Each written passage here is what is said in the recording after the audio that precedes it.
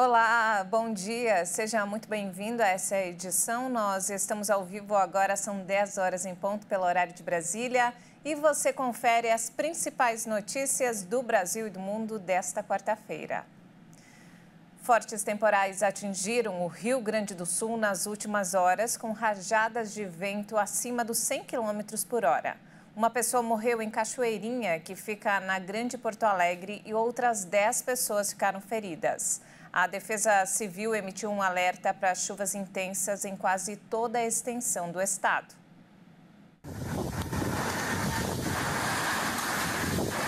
Depois de um temporal com rajadas de vento acima dos 100 km por hora atingir o Rio Grande do Sul na noite de ontem, a Defesa Civil do Estado emitiu um novo alerta para chuvas intensas em quase toda a extensão do estado para esta quarta-feira.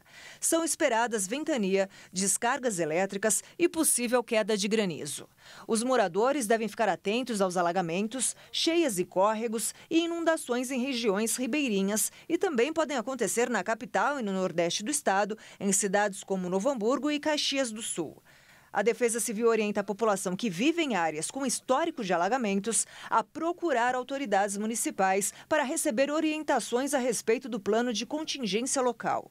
Os gaúchos também foram orientados a checar as condições dos telhados de suas residências e de árvores no entorno antes da chegada de um novo temporal. Todas as equipes da Defesa Civil de Porto Alegre foram acionadas depois da forte chuva atingir a capital gaúcha na noite desta terça-feira. Árvores foram derrubadas pela força do vento, hospitais ficaram inundados, ruas foram interditadas, o abastecimento de água foi afetado e os bombeiros tiveram que atuar para ajudar a resgatar pessoas ilhadas. Segundo a Metsul Meteorologia, até a meia-noite desta quarta-feira, alguns bairros tiveram chuvas de 75 milímetros. A média histórica para todo o mês de janeiro é de 120 milímetros. Nos últimos 20 anos, mais de 4.200 pessoas morreram em desastres ambientais no Brasil. O Distrito Federal, Minas Gerais, Bahia, Goiás, Mato Grosso e Rio de Janeiro estão entre os locais mais atingidos. Nesses 20 anos, 8 milhões de brasileiros ficaram desabrigados e o prejuízo total ficou em 500 bilhões de reais. Os dados são da Secretaria Nacional de Proteção e Defesa Civil.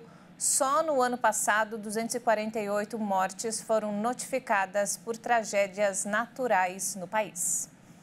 E olha só, o G20 realiza a primeira reunião do ano com o Brasil na presidência.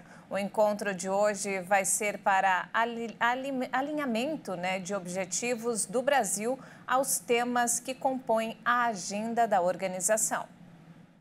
O G20, que reúne as maiores economias do mundo, a União Europeia e a União Africana, deve realizar até fevereiro 33 reuniões dos grupos por videoconferência, sendo Brasília a base desses encontros. Em 21 de fevereiro, os encontros presenciais voltam à agenda, com encontros no norte do país e ao longo do ano a previsão é de 131 reuniões.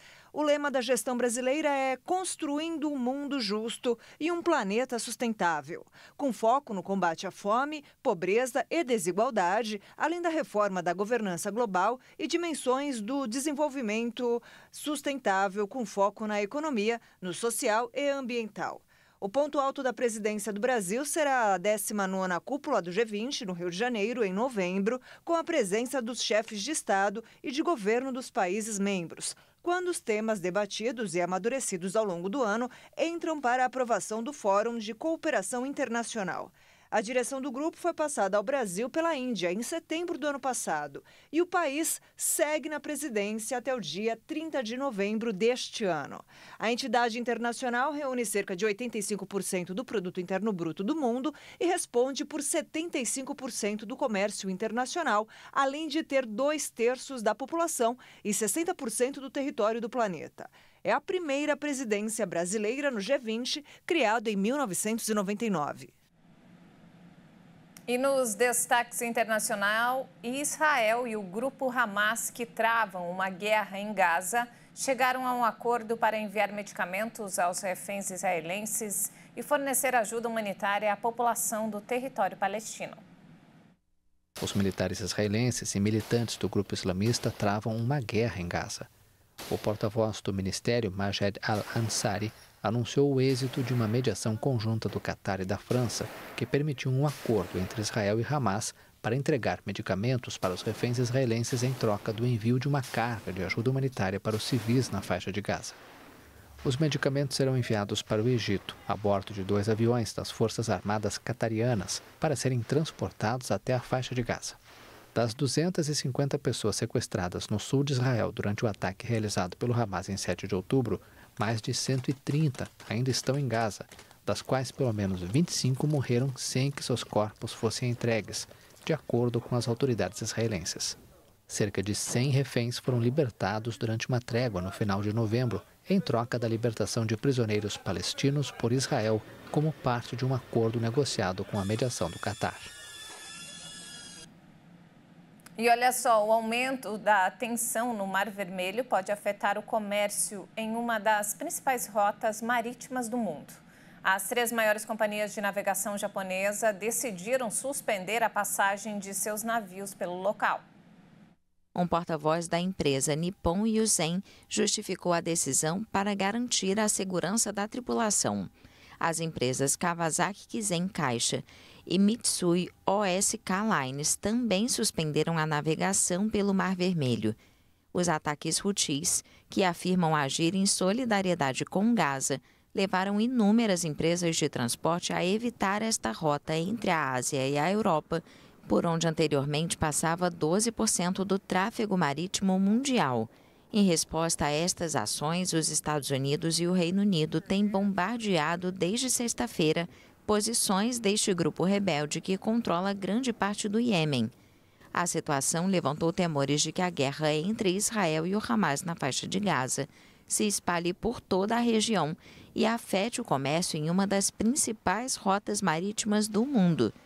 O trânsito alternativo de navios pelo Cabo da Boa Esperança, no extremo sul da África, aumenta consideravelmente as viagens e, com isso, amplia os prazos de entrega e as taxas de frete. E a China anunciou uma expansão de 5,2% no crescimento econômico em 2023. Esse resultado marca o ritmo mais fraco para o gigante asiático em 3 décadas, sem contar o período da Covid. O resultado do Produto Interno Bruto, a soma de tudo que é produzido na economia, foi anunciado nesta quarta-feira. É o ritmo mais fraco de crescimento para o gigante asiático em 3 décadas, excluindo o período da pandemia de Covid. O dado havia sido antecipado pelo primeiro-ministro chinês Li Qiang em um discurso no Fórum de Davos, na Suíça. O governo chinês fixou uma meta de cerca de 5% depois de um aumento de 3% do PIB em 2022. A segunda maior economia do mundo segue afetada pela falta de confiança empresarial e pelo baixo consumo, somados à crise da dívida no setor imobiliário e ao desemprego entre os jovens. E essa edição fica por aqui. Eu volto daqui a pouco às 11 horas da manhã com mais notícias do Brasil e do mundo. Muito obrigada pela companhia, um ótimo dia para você e até mais.